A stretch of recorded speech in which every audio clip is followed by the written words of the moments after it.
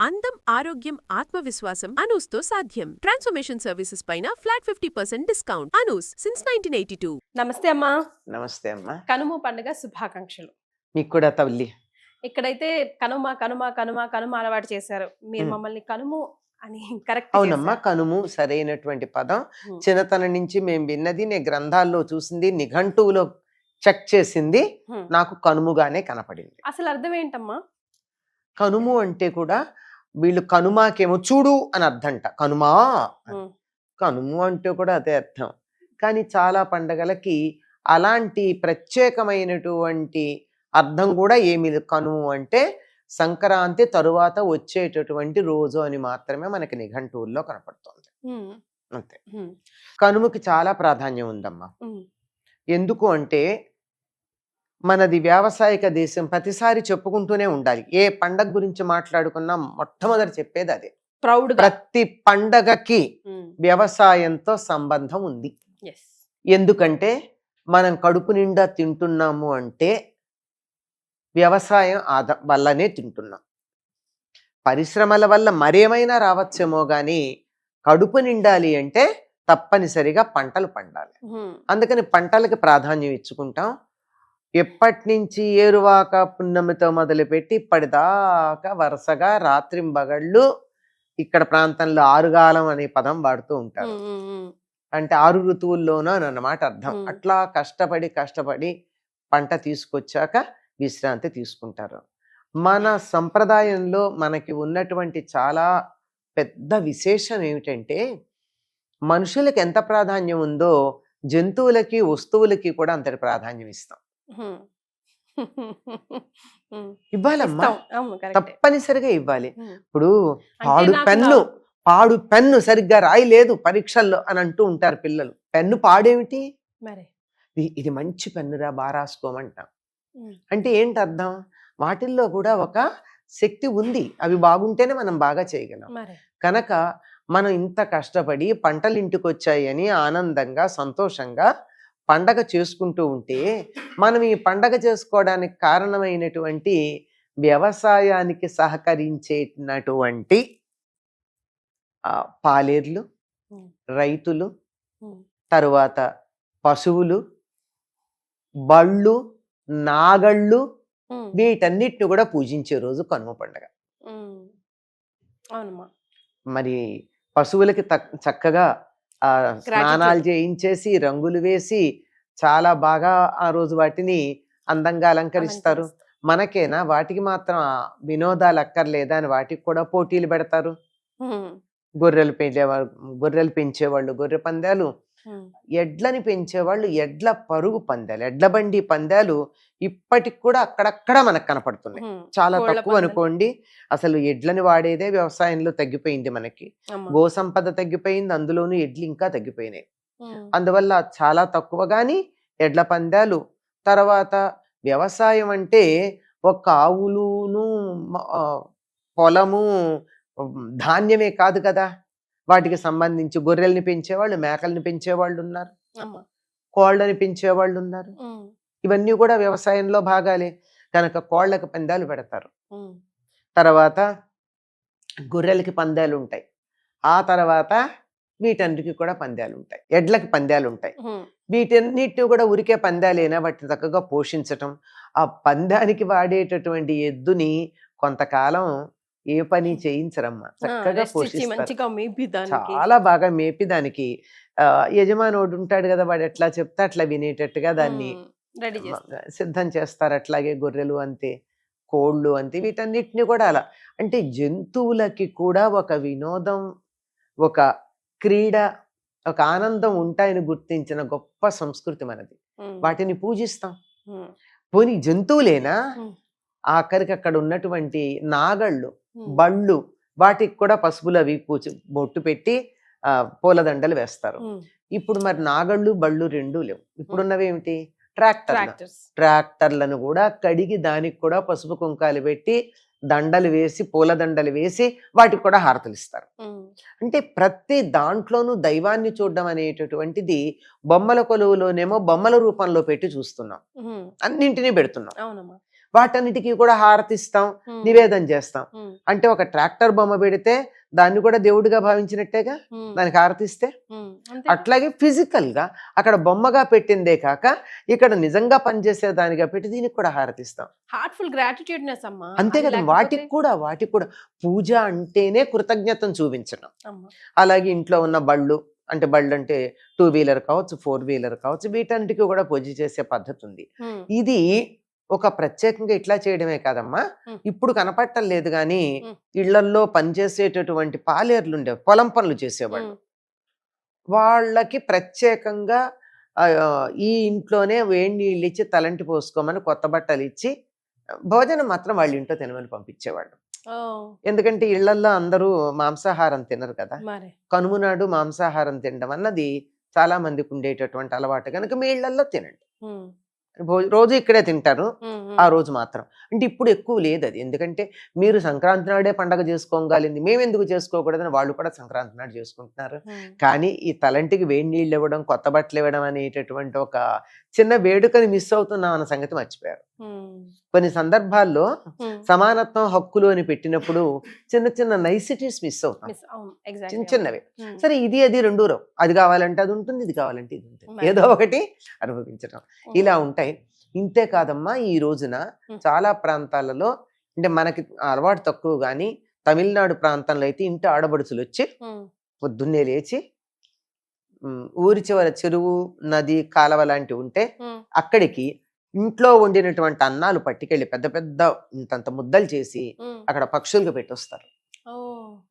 ఇంటికి వచ్చి స్నానాలు చేస్తారు. అప్పుడు చేస్తే అంటే పుట్టింటికి మేలు కలగాలని చేస్తారు. అందువల్ల అన్నదమ్ములు వాళ్ళకి బట్టలు పెడుతూ ఉంటారు. అంటే అన్నదమ్ముల శ్రేయస్సు వాళ్ళు కాంక్షించారు కదా, అట్లా అన్నమాట. ఇది చాలా ప్రధానంగా తమిళ ప్రాంతంలో బాగా అలవాటు ఉండేది. మన వాళ్ళు కూడా పక్షులకి ఆహారాలు వేయడం. అంతెందుకు, ఈ పొలానికి వెళ్ళి వస్తూ వరి కంకులు తెస్తారు, తెచ్చి వాటిని చాలా అందమైన కుచ్చులుగా అల్లుతారు, ఆ అల్లి గుమ్మ ముందు పెడతారు.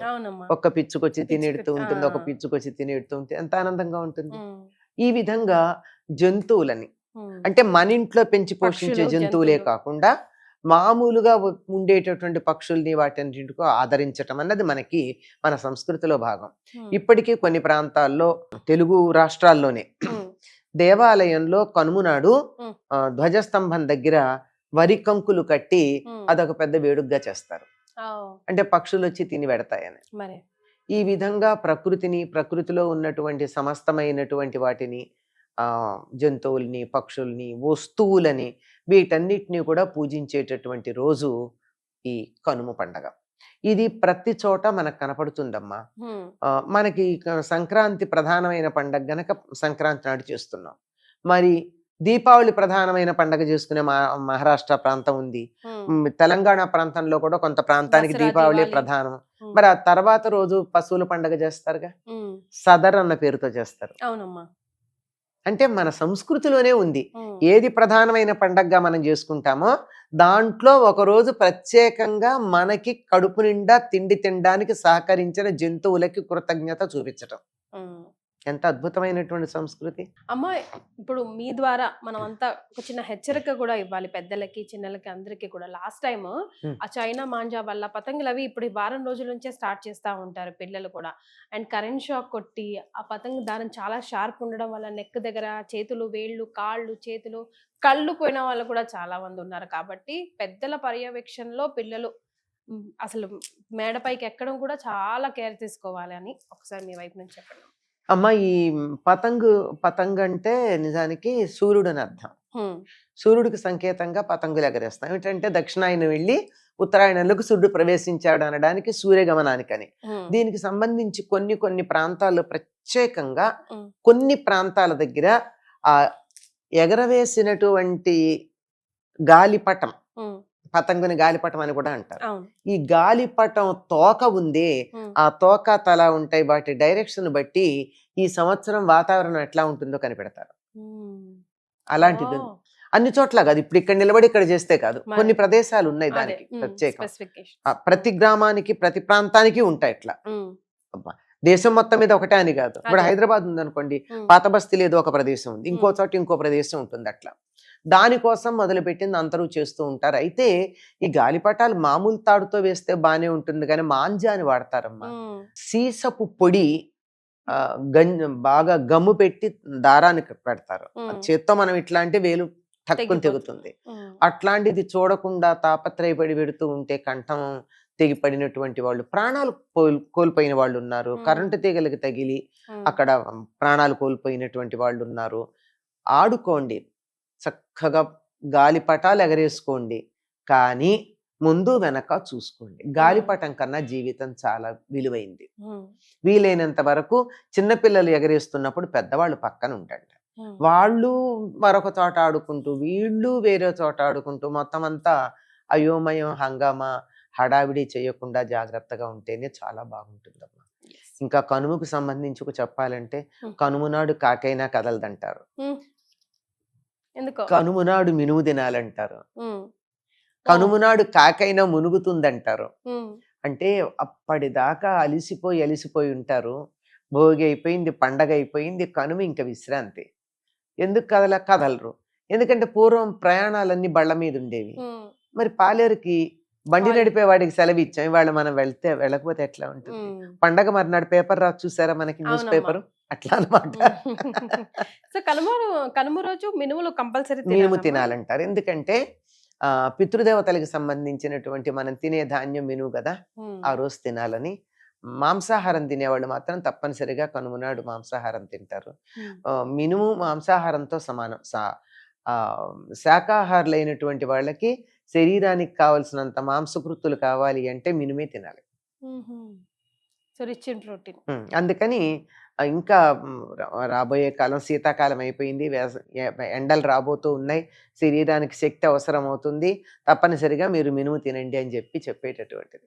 ఇక్కడితో కనుము అయిపోయింది. మరి ముక్కనుము సంగతి అంటే కనుముకి ఎక్స్ట్రా కలిసిందనమాట ముక్కనుము. ఈ కనుము నాడు ఏమీ చెయ్యరనుకున్నాం కదా, అయిపోయింది. ముక్కనుము ఏమైందంటే ఉత్తరాయణం మొదలైంది. ఉత్తరాయణం సంక్రాంతి నాడు మొదలైంది, మర్నాడు కనుము. ఒక్కరోజు గ్యాప్ ఇచ్చేసిన తర్వాత అంటే పితృదేవత ఆరాధనలు అవన్నీ అయిపోతాయి కదా, ఆ తర్వాత ముక్కనుము నాడు ఉత్తరాయణం వచ్చింది గనక శుభకార్యాలన్నీ మొదలు పెట్టుకోవచ్చు అని చెప్తారు. అందుకని వ్రతాలు మొదలు పెట్టుకునే వాళ్ళు, ఏవైనా పూజలు అవి ప్రారంభించుకునే వాళ్ళు, ఉత్తరాయణం వచ్చాక చేద్దాం అనుకునే వాళ్ళు ఈ రోజు మొదలు పెడతారు. దీన్ని కూడా పండుగలో భాగంగానే భావించటం ఉంది. ఈనాడు కూడా ఇంకా బొమ్మలు ఉంటే ఈ రోజు కూడా హారతి ఇచ్చి ముక్కను అయ్యాకే తీస్తారు. ఈ రోజు కూడా ఇంట్లో పండగ వాతావరణమే ఉంటుంది. ముఖ్యంగా పూర్వకాలం సావిత్రి గౌరీదేవి వ్రతం అని చేసేవారు. 16 రోజులు చేయాలి అది. ఆ వ్రతం మొదలుపెట్టే తప్పనిసరిగా ముక్కనుమ నాడే మొదలు పెట్టేవారు. 16 ఏళ్ళు చేసేవాళ్ళు. అది గ్రామమంతా కలిసికట్టుగా చెయ్యాలి, విడివిడిగా చేయకూడదు. ఆ గ్రామంలో ఎంతమంది ఎవరింట్లో ఇప్పుడు ఎవరు ఎక్కువ సంవత్సరాలు చేస్తుంటారో వాళ్ళ ఇంట్లో చేయాలి అందరూ వచ్చి, కొత్తగా చేసేవాళ్ళు. అంటే గ్రామంలో ఐకమత్యం తీసుకురావడానికి ఎన్ని రకాల పద్ధతులు ఉన్నాయో చూసారా. అందులోనూ వీళ్ళంతా ఊరేగింపుగా కుమ్మరి ఇంటికి వెళ్ళి బొమ్మ తెచ్చుకుని వస్తారు. ఆ వెళ్ళేటప్పుడు ఏం చేస్తారో తెలుసా, ఆ కుమ్మరికి బట్టలు పట్టుకెళ్ళి స్వయం పాకం ఇచ్చి అతన్ని గౌరవించి తీసుకొస్తారు. అంటే అన్ని వృత్తుల వారిని గౌరవించి అన్ని వృత్తులకి సమప్రాధాన్యం ఇచ్చి వాళ్ళని తక్కువ చేయడం కాదు. మీ ఇంటికి నేను మేళతాళాలతో వస్తాను, అమ్మవారి బొమ్మ ఇస్తావు గనక నువ్వు ఇచ్చినందుకు నేను ఒక బ్రాహ్మణుడికి ఏ రకంగా బట్టలు ఇచ్చి గౌరవంగా చూస్తాను, తాంబూలం ఇచ్చి అట్లా నిన్ను కూడా గౌరవంగా చూస్తానని తెస్తాను. ఇట్లా ఒక్కొక్క పండగలోనమ్మా ఒక్కొక్క విశేషం చూస్తే మన సంస్కృతి అందరికీ ఎటువంటి ప్రాధాన్యం ఇచ్చింది, ఎంత గొప్పగా ఉన్నది అని మనకి తెలియకుండా హాఫ్ నాలెడ్జ్ అంటూ ఉంటారే, దాంతో ఇలా ఉన్నాయి అలా ఉన్నాయి, ఇలా సమాజంలో భేదాలు ఉన్నాయి అవి ఉన్నాయి ఇవన్నీ మాట్లాడతారు. తెలిసి తెలియకుండా మాట్లాడుతున్నారు. ఎన్ని వేల సంవత్సరాల క్రితం ఇదంతా ఇవన్నీ మరి కుమ్మరిని వాళ్ళ ప్రత్యేకంగా గౌరవించాలి. మరి అయిందా? ఇంకా ఆ రోజు ఆయన మహారాజు. మరే అట్లా ఉంటుంది. ఒక్కొక్క సందర్భంలో ఒక్కొక్క వృత్తికి అంత ప్రాధాన్యం ఇచ్చారమ్మా. ఎస్. సో 3-4 రోజుల పండగగా చేసుకున్నాం, అన్ని విషయాలు తెలుసుకున్నాం, ముందుగానే ప్రిపేర్ అయి ఉన్నాం అనుకోండి. ఏది తూచా తప్పకుండా ఆనందంగా, అది కూడా పిల్లలు మధ్య ప్రశ్నిస్తున్నారమ్మా, వాళ్ళకి సమాధానం చెప్తూ ఎక్స్ప్లెయిన్ చేస్తూ మన సంస్కృతి సంప్రదాయాన్ని మరింత ముందుకు తీసుకెళ్లే అవకాశం. అంతే, ఎందుకంటే ఇవి మన సంస్కృతి అన్నది ఏదైతే ఉందో ఇది చాలా కొన్ని వేల సంవత్సరాలుగా ఉండి టైం టెస్టెడ్ అంటారు. అంటే కాలం పరీక్షించి ఇది బాగుంది అన్నది కొనసాగించి బాగుండదు అన్నదాన్ని పక్కకు పెట్టింది. అందువల్ల దీనివల్ల మేలే తప్ప హాని ఎక్కడా ఉండదు. ఎగ్జాక్ట్లీ. చాలా సంతోషం అమ్మా, నమస్తే ధన్యవాదాలు. అమ్మా.